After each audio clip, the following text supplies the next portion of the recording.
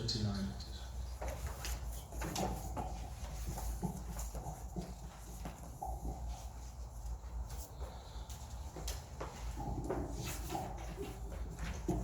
بسم الله الرحمن الرحيم نحمده ونصلي ونسلم على رسوله الكريم أما بعد فأعوذ بالله من الشيطان الرجيم بسم الله الرحمن الرحيم ربي اشرح لي صدري ويسر لي أمري واحلل عقدة من لساني يفقهوا قولي.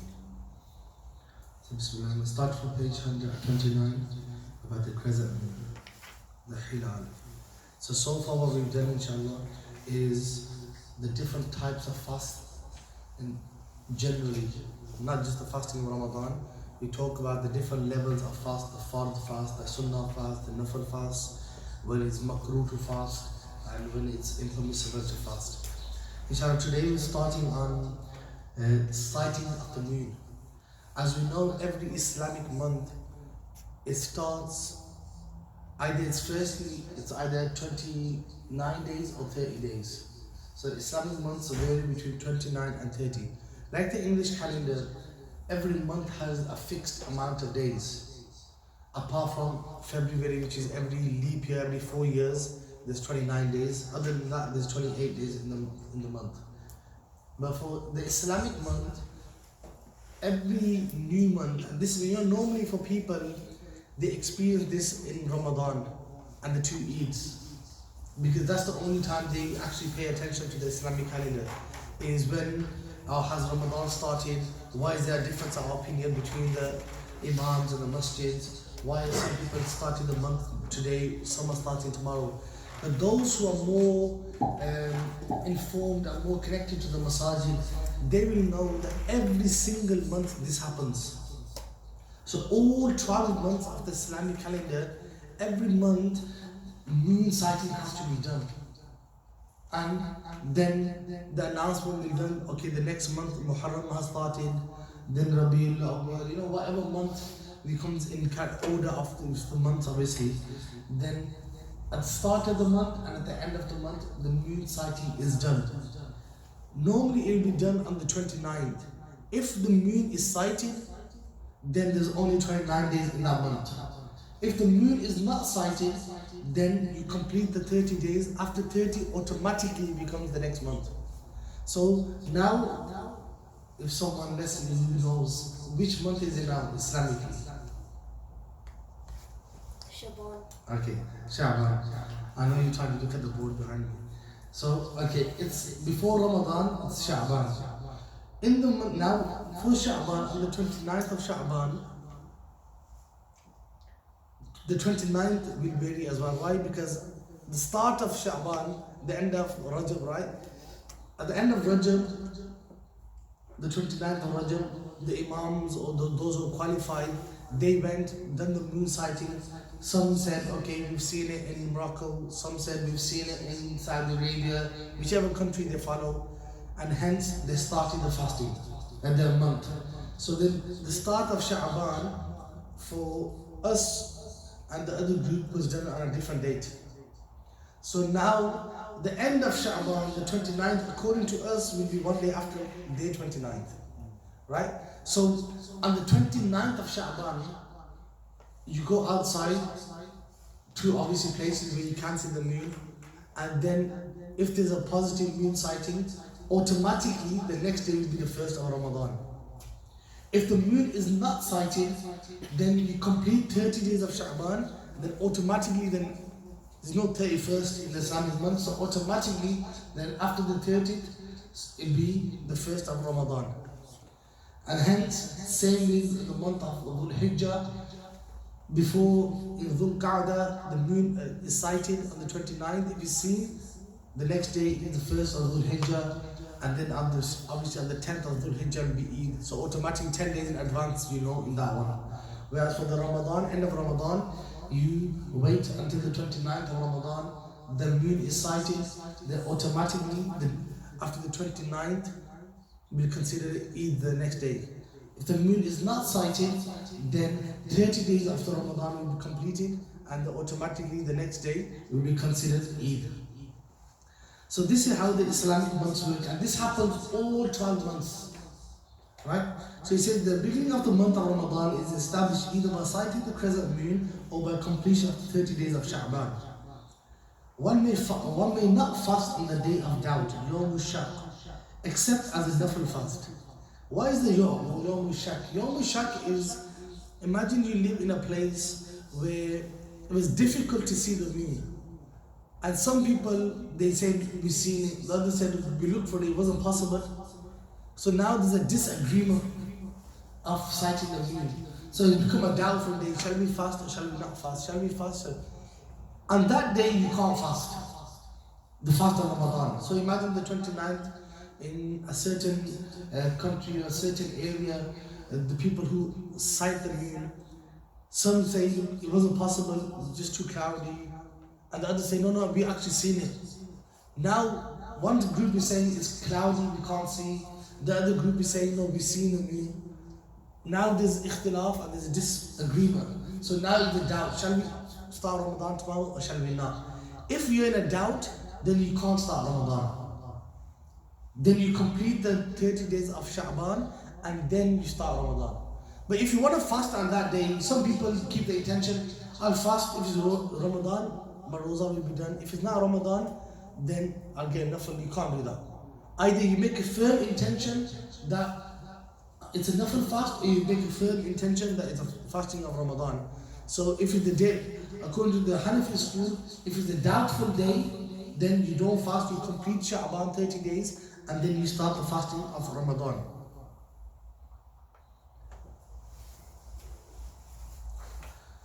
Then it says, for the beginning of Ramadan, if there is no obstruction in the sky, such as a cloudiness or fog, then the sighting of one upright person is sufficient, even if a slave or woman. For the completion of Ramadan, Fitr, which is the next following day becomes Eid al-Fitr. However, if there is an obstruction in the sky, there must be at least 2 free male witnesses, or 1 male and 2 females. If there is no obstruction in the sky, then there must be a large body of people that sight the moon and the new crescent. So now they laid down some principles here. The first thing that mentioned for the beginning of Ramadan is saying that if there's no obstruction in the sky, there must be 1 upright person. 2 is sufficient. But now because of technology as well, you could say, and with the obviously the aid of technology is used, the decision of the technology is not used. Right? So when people scientifically use, scientific calculation to find out where it's possible to see the moon, where it's not possible, and you get these diagrams and forwarded messages. Is it possible to see in Saudi? It's like a red, green, blue kind of diagram showing which part of the globe can see the moon, which can't see the moon, new crescent moon. Then those are just scientific calculations. But the official judgment, it will be given by those who are responsible, by the people who are qualified in sighting the moon, and whose verdict will be accepted. Alright, so because we live in a society now, traditionally how it would work, for example, people who lived in Luton, even if you go back 50, 60 years, there's no mobile phones, there's no technology that you send a WhatsApp message and the whole of Luton can see what's going on. People in this locality, they would go out, those who are qualified, they'll go to maybe like Dunstable Down, somewhere high, and they will appoint certain people who know, because it's a science. It's not like you're going to go and just start looking over there. You should know which side or which is it north, south, east, west, which part of the sky you should be looking for in the first place. Right? So it's a science that needs to be studied, so that you need to be qualified. So then those people will be appointed in that locality, and then they will look for the moon, and then make obviously the judgment according to if they've seen the moon or they haven't seen the moon. And then the whole community will do amal on that. So hence, obviously the youngest generation, since they've been mostly born, all they see is technology, internet. So that kind of idea is lost. Now, someone in Manchester probably see, and you get the message in Luton and say, oh, they've announced Eid or they've announced Ramadan, what are you guys waiting for? But every locality is responsible for themselves, technically, right? But what happens now, we leave it to the ulama. In the UK, it's hard to a sighting. So what the ulama have done, they've gone to either global sighting, anywhere in the Muslim world where the ulama have said, okay, it's a valid sighting, because the person who brings the sighting, say, for example, I say I've seen the moon, right? Because someone could say, like it says here, one valid Muslim upright person. So I say I seen the moon. I'm going to go to the ulama, the imams who are qualified or have the authority to do the announcement. I'll say I've seen the moon. Imagine it's meant to be sighted on that side of the sky, right? And they're going to say to me first, okay, where did you see it? I'm going to say I've seen it over there. Then like, this guy just making up, he's waffling, right? Get out of here. So he's making it up. He's just not qualified. That's fake. He might have just seen something. It might be a cloud or something. He might have, it could be something else and he got confused. Then they'll also might ask you, okay, well, you might fluke the answer you see on that side. Then they'll ask you, was the crescent on the left or was it on the right? So now you need to know what side the crescent was on. They know what side the crescent should be on. So if you get that wrong, so obviously there's a certain criteria that you have to fit, and then they'll obviously know who you are as well. So if you're a person who always lies, like young generation, they always say, Allah qasmi, Wallahi qasmi, yeah, then that person's judgment won't count. Why? Because he's known to say qasmi all the time, and he's just a person who makes things up as well. So your character has to be, the person's character will be judged as well. So it has to be a one person who's upright and known to be truthful and doesn't do anything which is doesn't fit the person's caliber of being a good witness. But in the modern day, we leave it to the ulama. They have their means and their people in place around different places in the world. I know like in Morocco there's over 200 destinations where their people stand, and they're located in Morocco, for example, over 200 places, and then they give their feedback to the board of ulama in Morocco, and then they make the final judgment that are these sightings legit or not, right? So that's how they come to the conclusion. And the sighting, moon sighting, it will be done in the night. It's not done in the morning. Some people start doing it in the day, and they get announcements early. I know like Saudi Arabia, sometimes they make the announcement early before it's even possible, right? So these kind of things you need to be vigilant about. But anyway, there is an opinion out there, you can't take global sighting, alright? So those people who follow global sighting, any valid Muslim place that has a proper criteria in place, you can take the sighting. However, in the past, like Saudi Arabia, they haven't met the standards. They've made people fast on the wrong day. They've made people repeat the fast. Whatever it is, give kafara for the fast. So hence, they're not considered reliable, especially in the modern climate that we live now, with the fitna that they're causing around the globe generally, and within their own country as well. So the other authentic, you could say, authority for us in the West has been Morocco, how they go about it. Hence the ulama have agreed on Morocco. We don't follow Morocco because that's what the hadith says or Quran says, right? This is the agreement of the ulama, the scholars in the UK. If they tomorrow say we're going to follow the UK sighting, then that's what we follow. We don't go to Morocco then. So even if Morocco sees it tonight and the UK sees it tomorrow, if the ulama and the scholars of the UK decide we'll go with local sighting, then that's the ruling that stands. People will turn around and say, 10 saal 20 years, we've been following Morocco, the Hajj, Maulvis are saying we've seen it in here. People will start coming out with these. But something to understand, these following South Africa, following Morocco, this is what the ulama, imams, qualified people have agreed on. We just go by their agreement because we are not qualified. So tomorrow if they sit down together and say, look, it's possible that we can stick to the local UK sighting. The days might vary from Morocco, one day forward or back, right? But we stick to the UK. What do? Labbaik. We follow the local imams and local ulama. Normally people, as a side note, use this opportunity, the moon sighting when Eid announcement, to slander ulama, slander imams, slander, backbite, do ghibat. That for a fact we know is haram. Right? So people gather together and say, oh, Sufatul Islam, Patani Rojaj, they do Sari at this time, because we do the 18 degrees in this masjid, right? The other mosques don't. They do Sari so early and they Molvis and this and that. And then the other mosques be like, people be saying that masjid don't know what they're doing, that masjid. The ulama know what they're doing. There's different opinion. They take the different opinion where there is a leeway and there's a disagreement. But even though the people might not like that, but what is haram and clear cut that imams and they know is backbiting. So be after ulama, which is even worse, and imams backbiting them is even worse than just general backbiting.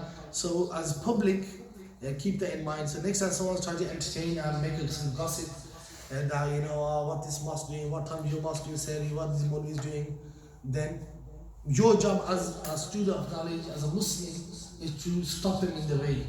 I say don't slander ulama. When you're on the level, when you've studied, when you've gone through the journey and struggle that they've gone through, then talk, right? And once my teacher was mentioning that someone's trying to be funny like this, and they said, "What do you do?"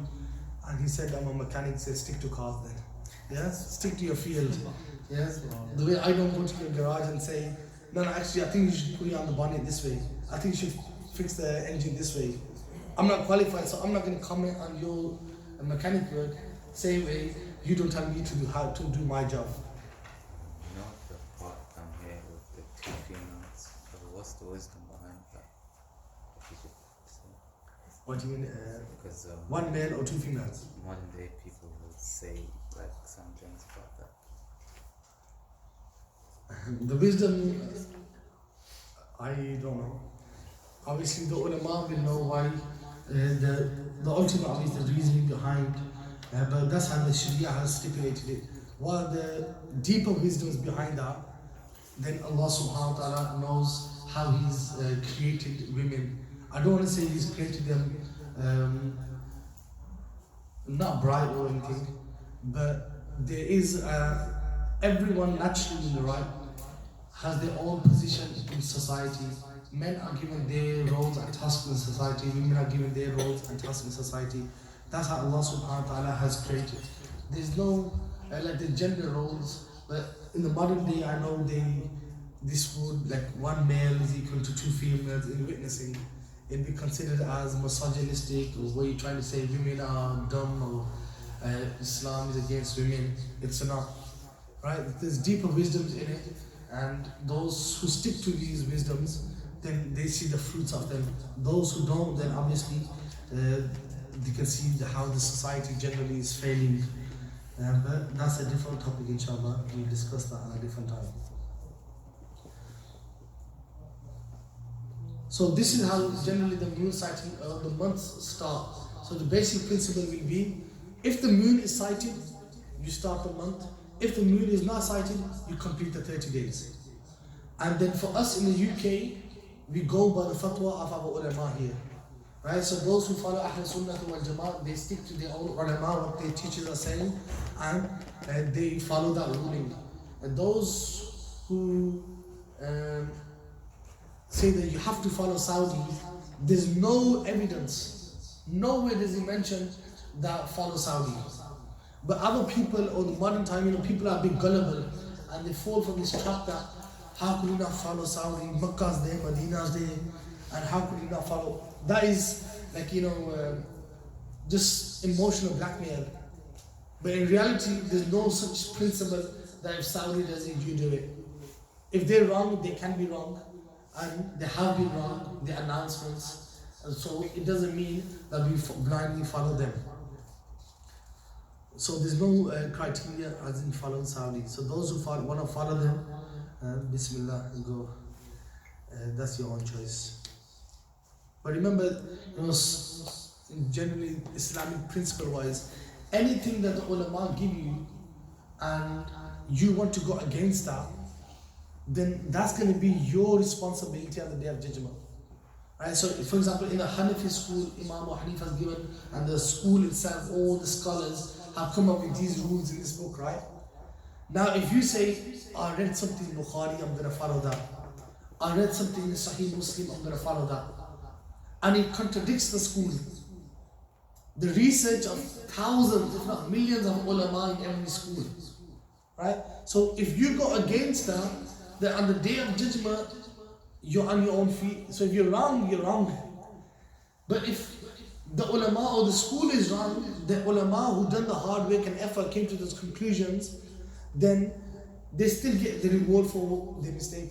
And we still won't be considered wrong, we'll be considered, our action will be deemed right. Why? Because we follow the teaching of those who strived and struggled to get to these conclusions. So when we follow these rulings, for example, in this book, in every generation that exists now, like even imagine all the imams and the big ulama and shuyukh of the world now.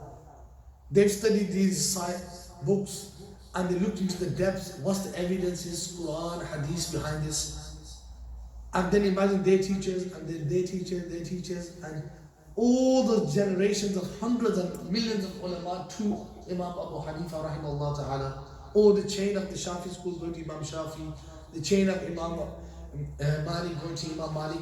There's been millions of ulama who've done research, analyzed, and found out if there's any errors, they've been brushed off. And the way we have the school now, it's in a pure form with all the backing of millions of scholars. So if you go against the teaching of the school and you try your own thing because you read something in Bukhari or you try to follow ayah you read, then if you're misapplying it, misfollowing it, yeah, bad application, misunderstanding, then because you took the own step yourself, then you're responsible for that on the day of judgment yourself. So it's important, that's why the ulama mentioned it's necessary to stick to one of the four schools, because there is the backing of millions of scholars and research and of billions of hours, you could say, probably behind that. So it's important to stick to those ulama. Next, it mentions things that invalidate a fast. They put this into four categories. The first one, it breaks your fast. You have to do one fast because you broke it, and 60 as a punishment. That's category one. So the fast is broken and 60 as a punishment. Category two, the fast is broken, you just make up the fast. Category three is nothing happens to your fast. And category four that they mention here is nothing happens to the fast, but it's makruh and dislike to do that action. Alright, so the first one they're going to talk about now.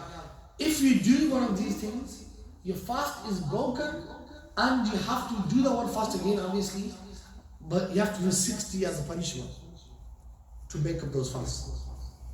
It says, if one eats, drinks, so something which is normally considered as eating. If you eat a stone, for example, is that considered something that you eat normally? No. So it has to be something that's normally eaten. So if you eat and drink and have marital relationships intentionally, knowingly, why is your fasting? Your fast is broken and you have to do 60 fasts as a punishment. The first option is you free a slave. Slavery doesn't exist now, so you can't free a slave. Second option as a punishment would be that you keep 60 fasts in a row, this is, without missing one. You kept 59, you got ill, and you missed the 60th one, tough luck mate, start your 60 again. Right? So that's how it works, that's the punishment for missing a fast. And then if, imagine someone's old, he's 90 years old, he can't fast, he's too old now.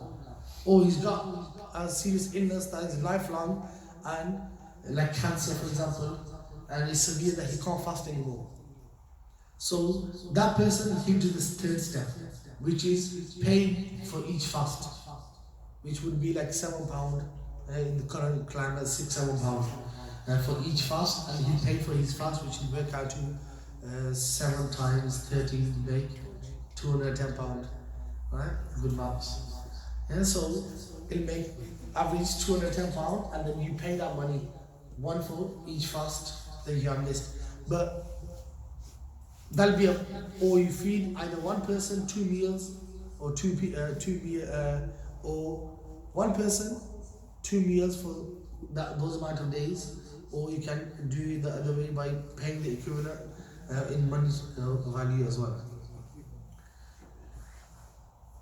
So this is a person who. That person that you feed, does he have to be in need of food, or can it just be like a No, that person who you feed, that slavery doesn't exist anymore. Yeah, so that like traditional slavery back in the days, where a slave and a servant is two different things. People sometimes get this confused. People, youngsters here, yeah, we got slaves in Pakistan. They're not slaves. Those are like servants, maids, who you pay money and they work in your house. They're different. That's not called a slave. Slave is when they don't own anything, you own them. You can sell them like you sell your phone. Right? That's what a slave is. So it would be captives of war and they would be kept as slaves. So slavery is technically abolished. It might still exist in some rare tribes or some places, could be in Asia, different parts of the world where slavery is still done. But it'll be like a small tribe living in a small area maybe where there's slaves. But generally, worldwide, there's no idea of slavery left. So that's what Islam came to. People can talk about how the Prophet ﷺ that took or kept most captives and made them slaves. But the whole, if you look at the structure of Islam in the Sharia, generally most punishments was what you free a slave. So Islam came to abolish slavery, to remove slavery. But because that was a norm in society, having slaves, just coming the next day and saying, okay, the no more slaves, what are those guys gonna do, where they're gonna go? There's so much confusion, it'll make the society unbalanced. So hence, the way Islam came to slowly, okay, you made a mistake, free a slave, you made a mistake. So slowly slavery got filtered out of society, that it didn't cause unrest or unbalance in the society. Same like when alcohol came, first Allah subhanahu wa ta'ala says, okay, alcohol, it wasn't straight away that alcohol's haram. Okay, don't have alcohol whilst don't pray namaz intoxicated, and then so obviously people had to drink around that. So namaz they couldn't be drinking. Then slowly it came to the stage. Okay, now alcohol is stopped altogether. It got filtered out slowly. So that's how slavery was filtered out as well. So obviously we can't free a slave, so we have to fast 60 consecutive days. So obviously now you have to, you can't start fasting just say in the middle of Shawwal. Because if you start fasting in the middle of Shawwal, what will happen? Eid al-Adha is coming. Now you can't fast on Eid, so you have to stop. So now you start your 60 all over again. So obviously you should do it at the right time when you know that you can do a full 60 stretch without any makruh or haram or days, impermissible days coming in between. Yeah? Islamic slavery is not the same as slavery that people learn about now. What do you mean? Like, for example, like slaves in Africa. No, it was a similar idea. It was similar, it was worldwide, it was similar. Slavery was similar everywhere, where they just kept the person and they made him do chores. But in Islam, even under the Sharia, when people were still slaves, they still had rights. Like other communities, what they would do is they treat the person like they eat something, one thing themselves, and give the rubbish to the slaves. Islam wasn't like that, where even the slave had rights as well. So Islam gave the slaves certain rights. You can't oppress them, you can't do dhulm on them, even though they were helping you out, doing things for you. You can't burden them as well.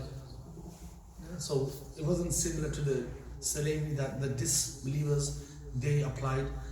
It still came with some rules and regulations, but then it's obviously that also got filtered out. Now if you miss one fast, you have to do another 60.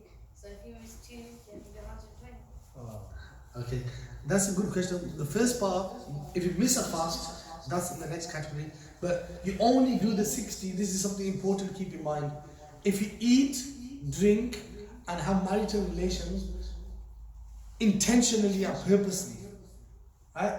Then you have to keep the fast again. And also, remember I told you last week, you can make the intention in the morning when you wake up or before you go to sleep. So if the intention was made before like in Sehri time, then you have to do the punishment. If you woke up on normal Ramadan day and you woke up at 8 o'clock, you missed your sahri, and then you thought it was Ramadan, I have to fast, you fasted like that. Then if you broke the fast, it's only that one, because it had delayed intention. So you have to eat, drink, and marital relation before, during the day, intentionally, but the intention needs to be made beforehand, before sahri time. Okay? But that's the first category. Or having medicine purposely. You had a headache, you had some paracetamol, which is a common practice, right? People do that. Then purposely eating and drinking medication, whatever it is, it make the compulsory as one fast broken and 60 as a punishment. What you're saying is the second category, that you only make up one fast. So you said that if someone, what did you say again? Sorry. If you miss one. Okay, if you miss the fast, right? Now if the person misses the fast, has he broken it? No. He never kept it in the first place. Right? Then that person only does the one fast. Because he never kept it, he never broke it. He only does the one fast if you miss the fast. If you break the fast, like what we said in the first rule, right? Do you have to keep it within the Islamic year, or can you keep it Anytime in your life. within your lifetime? So the 60 as a punishment, imagine the 5th of Ramadan came and your mates in school said, let's not keep a rosa tomorrow, which happens to most teenagers in school. That's where they get influenced, and they don't keep a fast. Like I asked my class today that how many of your friends don't keep fast in Ramadan and they fake it at home and they don't keep rosa in school. Out of the 10 or 12 kids, there's only one that said that I don't know anyone who doesn't fast. All the rest said my friends fake it or they break it in school. So this is the time we live in, and this is the haqiqat, the reality of what youngsters do.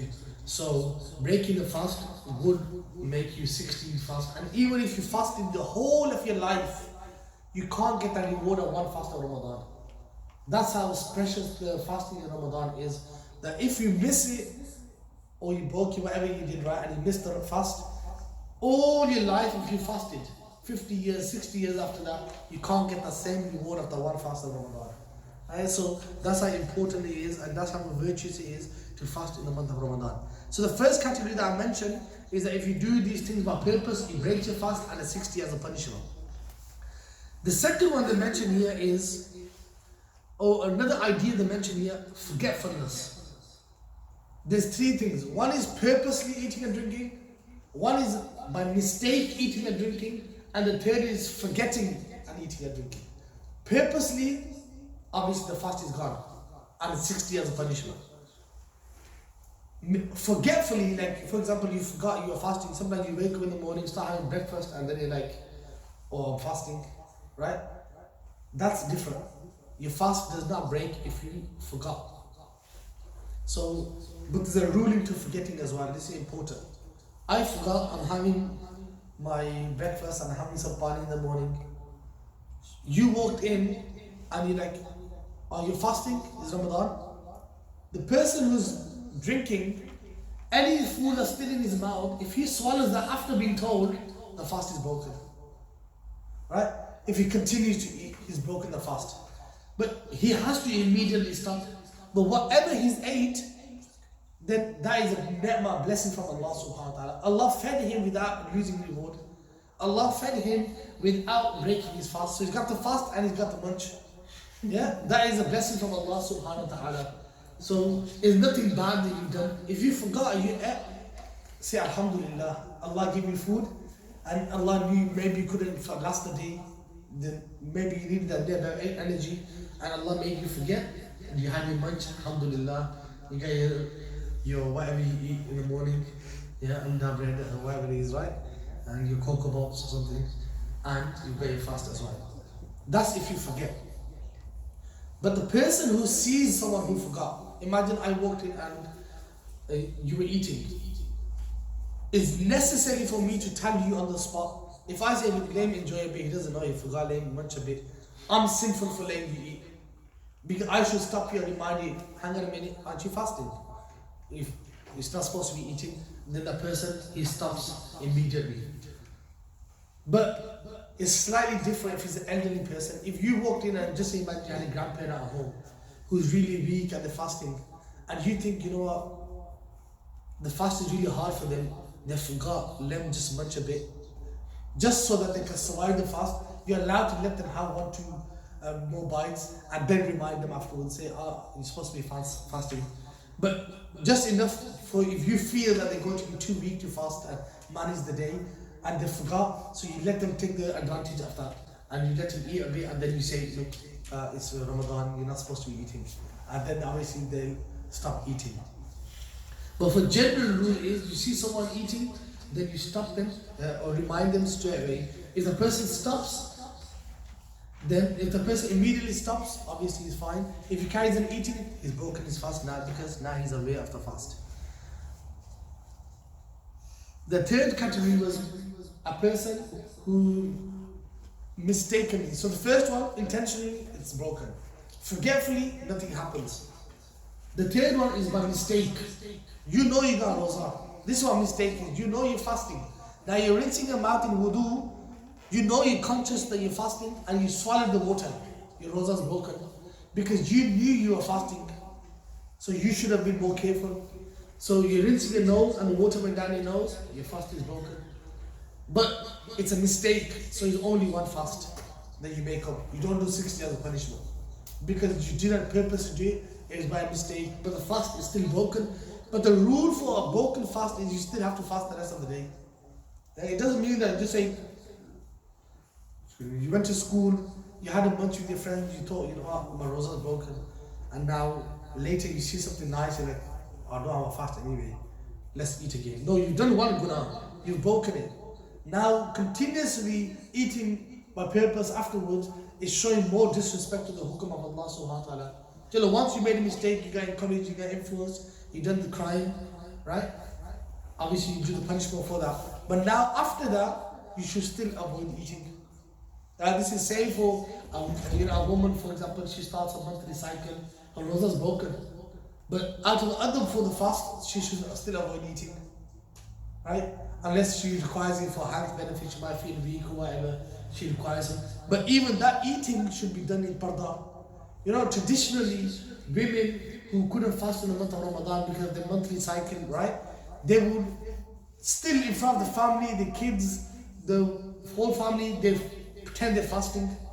They would never ever eat. Why? Because exposing your monthly cycle or your periods, right, to anyone was considered immodest. And now, unfortunately, you go to town and you see them in the takeaways having a lunch, McDonald's, having a burger, and in colleges and schools eating, and they'll feel like, I can't fast because of my periods, I can't fast because of my periods. And they're publicly telling this to people, right? And this is immodesty, is behayai, and this is common now with the young people, unfortunately. And this parents are lost the other modesty. So obviously, how do you expect the children to have modesty? So this is something that needs to be told to children, that haya and modesty, even in those circumstances, even if, for example, someone's got a medical reason. Imagine I can't fast because I've got some illness, right? And I have to take my medication every 2-3 hours. Even me, I should eat and take the medication in private. So at least obviously, if your partner most likely will know, or someone who's responsible for your health, they will know that who's zimadar, have you taken your medication? That one person will know. But generally, the rest of the family, it should be as to them, you're still fasting, right? So it'll teach the tarbiyah of the children that, we should honor the fast. Dad's fasting, mom's fasting, because children won't really understand the idea of menstrual cycle, the period, or postnatal bleeding. They're like, mom is eating, we're eating as well, right? So these things, that's why it should be that even if they're required to eat, then they should eat in private as well. Item other for the roza. So the first category, if you do it by purpose, eating, drinking, the fast is broken, and 60. The second category is that you only have to make up that fast, right? And that is first thing they mentioned, putting anything into the private parts, right? Inserting anything into the private parts will break the fast. And this could be done for medical reasons as well. Sometimes people have a medical illness that they have to put a camera or something in the back passage or something like that. That would break the fast. Or generally, like if any liquid was to go into the passages, that will also break the fast. But you don't need to do 60. Only the fast will be broken. This is category 2 on page 131. Right? Only the one fast will need to be made up. The second one is something not normally eaten, and you no use for medical purposes, like dirt, and it goes inside the body. So imagine something that's not normally supposed to be eaten. Right? Someone's eating paper, for example, or cardboard, they ate that. That's not something that's food. But that will break the fast, but you won't need to do 60 as a punishment. Right?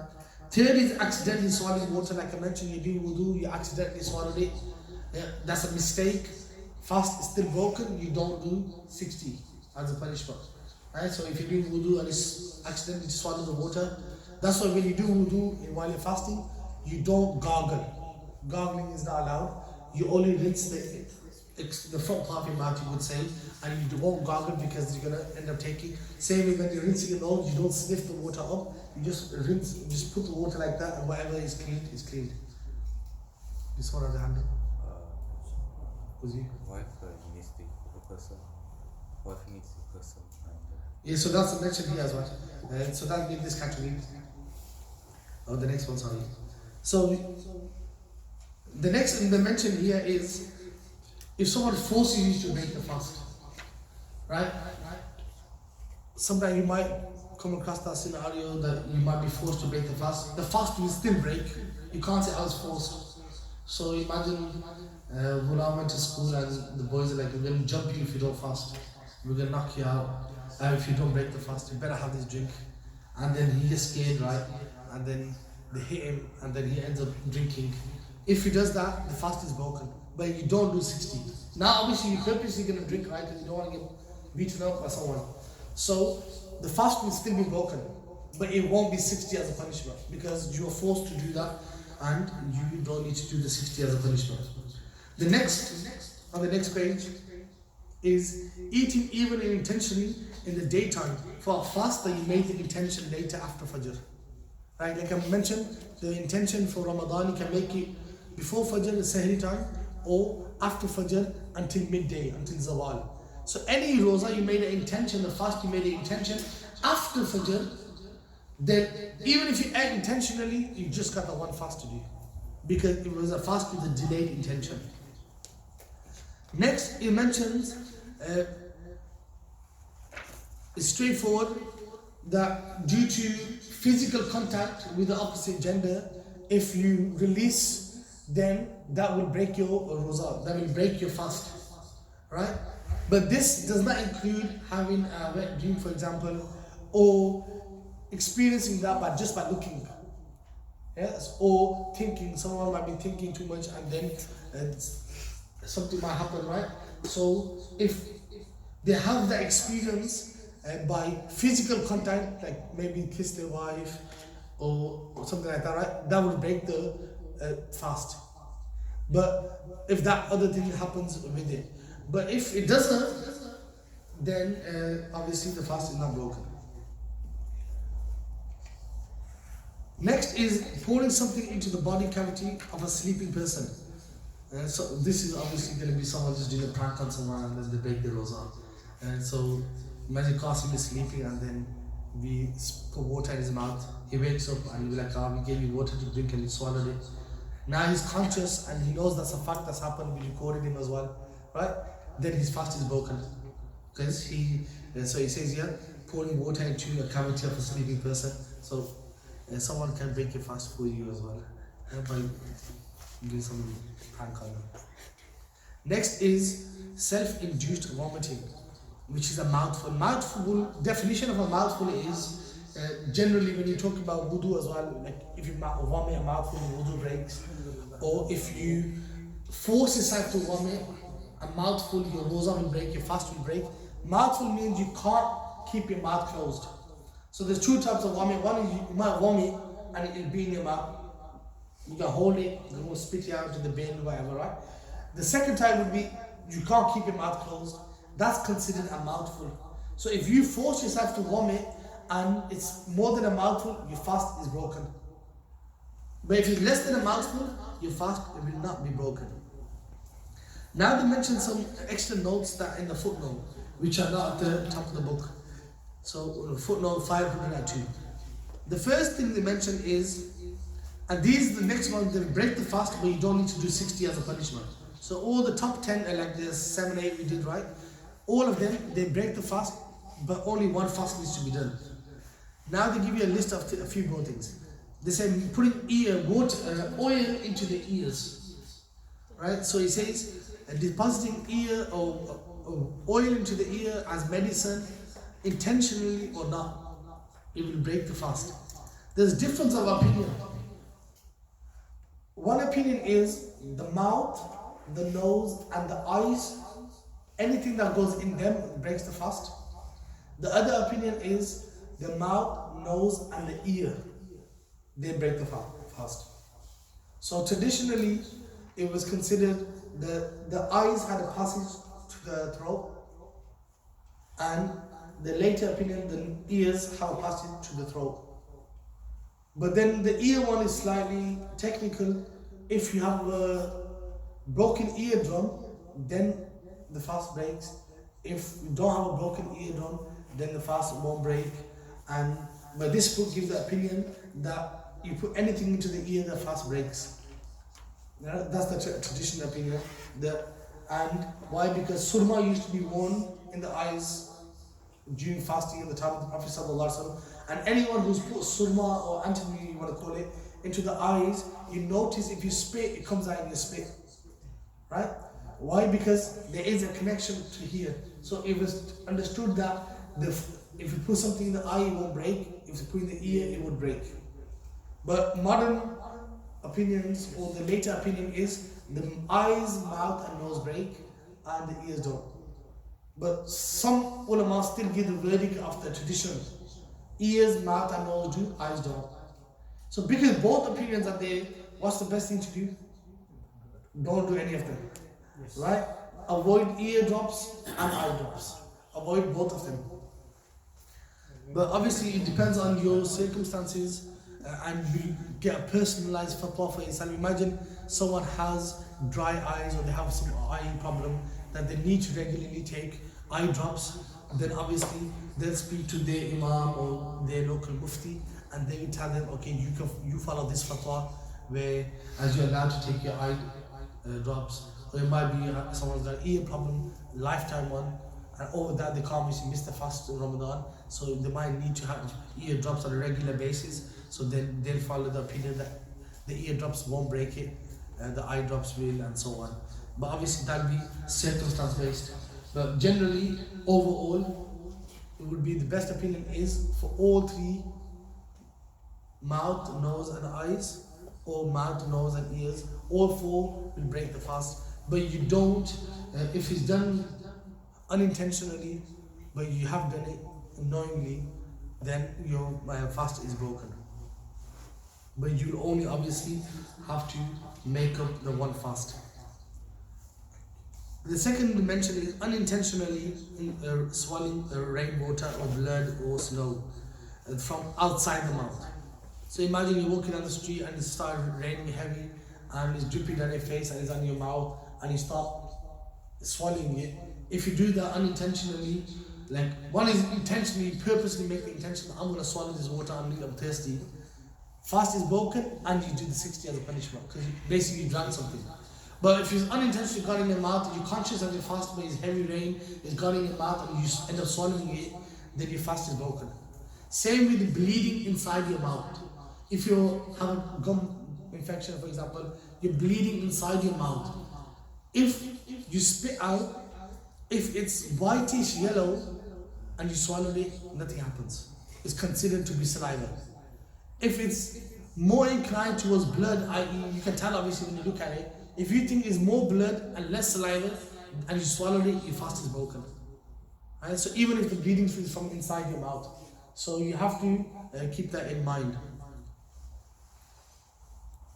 What if someone has habit, after you might eat that and the water is still there, and you might accidentally eat that, and only 1 minute after you realize, like, maybe a drop of water goes inside. But if you forgetfully done it, then that's obviously based on that. If you, after wudu, there was some water dripping down your face and you just licked it, the drop of water, and you swallowed it, and after you realized, obviously there's 3 scenarios, like I mentioned. Intentionally, it'll break. By mistake, it'll break. Mistake means you're conscious of the fast, but you still, like, you do churuti and you swallowed it.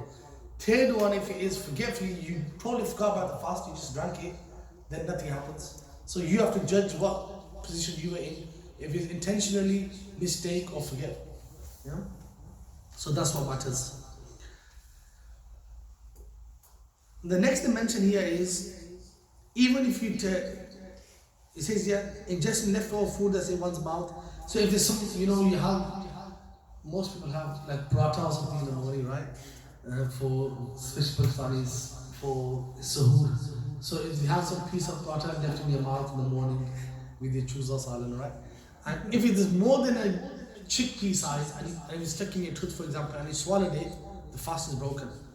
If it's ready in your mouth, you ate it, and there's a little piece left, it's smaller than a chickpea, and you swallowed it, knowing that you had a fast, it doesn't break the fast, because it's already considered eaten because of the size of it. But if it's larger than, or like a chickpea size, and you swallowed it, and then your fast is broken. So if there's multiple pieces in your mouth, you add them up and judge the size, right? And that's why you should rinse your mouth, brush your teeth before suhoor ends. So another thing they also mentioned here is inhaling or ingesting smoke without enjoyment or benefit. Dust, water vapor, steam. So basically, modern vapes we have, they break the fast. So people might be vaping and thinking, so I'm not eating anything. People who smoke, that will also break the fast. People who use inhalers, the most strongest opinion is that inhalers break your fast as well, right? But there is one opinion that inhalers don't break your fast. But that would be, like what I would say after speaking to a few ulama, they normally give that opinion to those people who have a serious asthma problem. Now because over an inhaler they miss the fast of Ramadan, they don't consider that on that level valid enough. So they say a person who has asthma and he needs an inhaler no matter what, and that person obviously, there'll be 2-3 ways. Either a Muslim doctor will tell you, this is generally in any illness. Some people miss fasting and they say, I'm ill, I can't fast. Either it has to be a Muslim doctor who tells you, it can't be a non-Muslim doctor. And it has to be a practicing Muslim doctor who understands the rank of fasting, the importance of fasting in Islam. So if the guy doesn't fast himself as a Muslim, he doesn't fast himself, he doesn't care about Ramadan, and say, according, don't fast. You can't take his word for it. Why? Because he's not reliable, because he doesn't value Ramadan in the first place. So it has to be a Muslim doctor who is qualified and at the same time knows the importance of Ramadan. If they say to you, you're not allowed to fast because of your illness, you are not allowed to fast. Right? Obviously, they'll tell you on, or if they say to you, for example, certain illnesses, if you fast all 30 days of Ramadan, you're going to become seriously ill. So what they might say to you, fast 2 days and then miss one, fast 2 days, miss one, and obviously those you missed, you have to make up after Ramadan. That's because of your medical illness. Or the second way, is through experience. That you, last Ramadan maybe, or previous Ramadans, whenever you fast, you get ill, and then it becomes your illness becomes prolonged or whatever it is. So you know through experience that when I fast, I suffer and I become seriously ill. So then that person will be excused from fasting. So these are the people, but this has to be done by obviously a qualified person who has to let you know about this. So you can't be making your own judgments. So for the asthma part, either the doctor will tell you, look, your asthma is serious, you need to take your 3 times a day, or you know through your own experience, and then obviously the mufti will tell you that, okay, you got a valid reason, you use your asthma pipe but still fast. but only asthma pipe, nothing else. And Diabetic person. so that'll go on to injections. Insulin. Yeah, so people who tablets won't be allowed, right? So any other medication that you take, like tablets, paracetamol or blood thinners, aspirin or anything like that, then if it's eaten, your fast is broken. If you purposely do it, John Bujkar, your fast is broken and 60 as a punishment. But if you seriously need it because you're falling ill, then the fast is broken, there's no punishment. You just have to do the fast afterwards, and obviously your health is important. Sharia keeps your health in mind. But injections generally, like, you know, imagine someone got a COVID jab, which seems like a scam anyway. But imagine you got a COVID jab to do in Ramadan and your appointments in Ramadan, then what's the ruling with that? Can you take injections or can't you? So one opinion is injections break your fast. The other opinion is injections don't break your fast.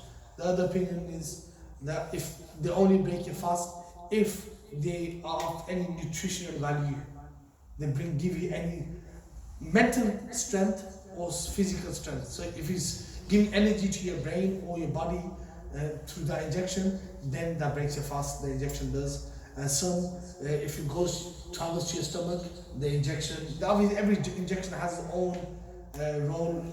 Then it breaks. So best safest option is don't take any injections.